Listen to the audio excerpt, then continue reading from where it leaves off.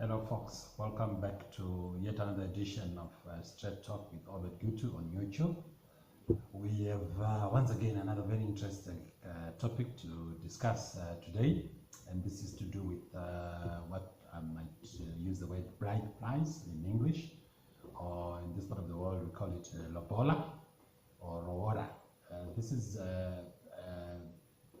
price or payment that is made whether materially or financially to the family of a woman who is getting married to a man in terms of African customary practice in this part of the world, particularly in Southern Africa, countries like Zimbabwe, Malawi, Zambia, South Africa, and I think several other countries in sub-Saharan Africa. Bride price in English, in this part of the world in Zimbabwe we call it lobola or roora.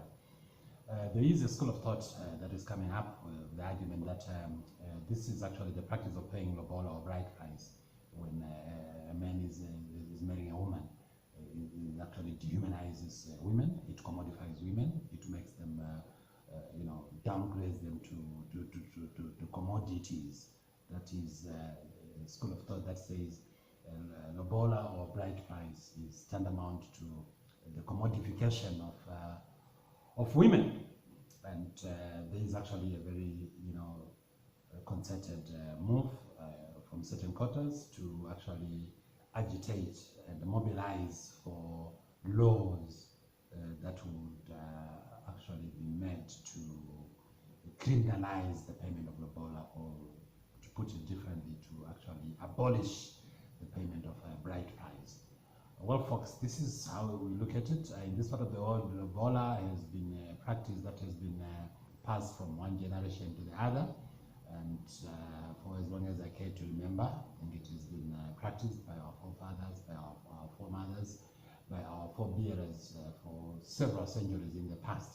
But now, the school of feminism and the equality that men and women are equal, and for why should a man pay bride price to a woman's family when you're marrying her, as if you're buying her, so to speak. That will obviously downgrade the woman to a commodity that is being bought by the husband. So that is basically the argument. And the argument for the perpetuation of the payment of a bride price or lobola actually says, no, that is part and parcel of our tradition, that lobola was never meant to be a commodification or tantamount to a commodification of women, or you're buying a woman. It was just a token of appreciation to the family of the wife or the woman, thanking them for bringing her up and making her the woman that is now ready to be one's wife when you're married. So there are those two diametrically opposed arguments, for and against. The traditionalists saying if we just abolish lobola, it's like we're abolishing part of our tradition, and they're also the people arguing against the perpetuation of the payment of lobola or bride price are saying, look, this is actually now being abused. People are being charged, up crazy amounts of money to follow as lobola, whereas traditionally lobola was just a token of appreciation and was never meant to be commercialized the way it is happening these days. It is true that there are, of course, certain families that are abusing lobola. We can't run away from that.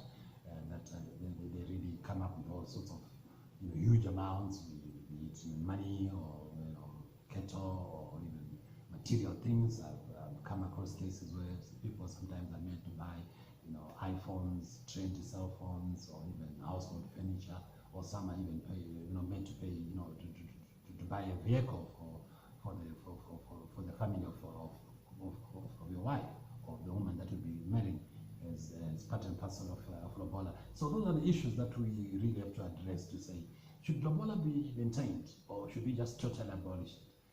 And because the argument is saying, look, lobola is not being commercialized. People are just now literally commodifying women, selling them like they're at a market, and that's contrary to this, the spirit of equality between men and women. They say it's an attack on the dignity of women. It's an attack also even on our tradition, because the lobola was never meant to downgrade women and dehumanize them and commodify them, so to speak. So, folks, that is what we really have to discuss about. To discuss when you talk about the issue of bride price. My personal view is really, I think I'm conflicted. I'm caught between the old is granted, lobola or bride price, the custom is being vandalized, if I may use that term, or being abused, even here in my country, Zimbabwe. I don't know about other African countries where bride price or the practice of bride price is still being pursued. But there is need, obviously, to move with the times. As they say, culture is never static, culture is dynamic. Should we literally throw out the whole issue of bride price, or we try to modernize it so that we move with the times, or what exactly do we do with it? It's a topic that is, people might not want to talk about it openly, but I know it's a topic that is very vexing out there, because many families are involved either on behalf of their sons or their daughters when they get married. They are confronted with these issues of lobola. So the issue now is to say, how then should we approach this issue without destroying our culture, or literally also maybe just saying we can't just say because it's being abused by some families, so we should just abolish it. Or if we are going to say we modernize it, how do we modernize it? Do we have laws, legislation to say this is the minimum that one should pay for lobola and this is the maximum that one should pay for lobola? Is that even feasible? Is that practicable? Is that the whole intention of this issue of bride price? How do we handle it? So folks, that is really what we have to discuss today. Think about it, share your experiences with me, with your colleagues, with your family members, to say, what are your views on lobola? Should bride price be maintained, or should it just be totally done away with? So folks, that's what we have for you today. You may want to click the subscribe button after watching this short video. You may also want to follow me on Twitter. My Twitter handle is Gutu Obert. On Facebook, my official Facebook page is Obert Gutu, LinkedIn Obert Gutu, also on Instagram Obert Gutu. I'm Obert Gutu. I'm the senior and founding partner of Gutu and Shikoira Attorneys at Law, a law firm headquartered here in Harare, Zimbabwe, beautiful Zimbabwe in Southern Africa.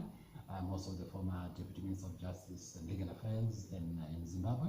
Well, folks, just work hard for yourself, work hard for your families, work hard for your countries, work hard for humanity, and just be a good citizen, just be a good woman, be a good man. And I'm sure that if we do that, then the world will be a better place for all of us, for all its inhabitants. Well, salam, cheerio, asante sana.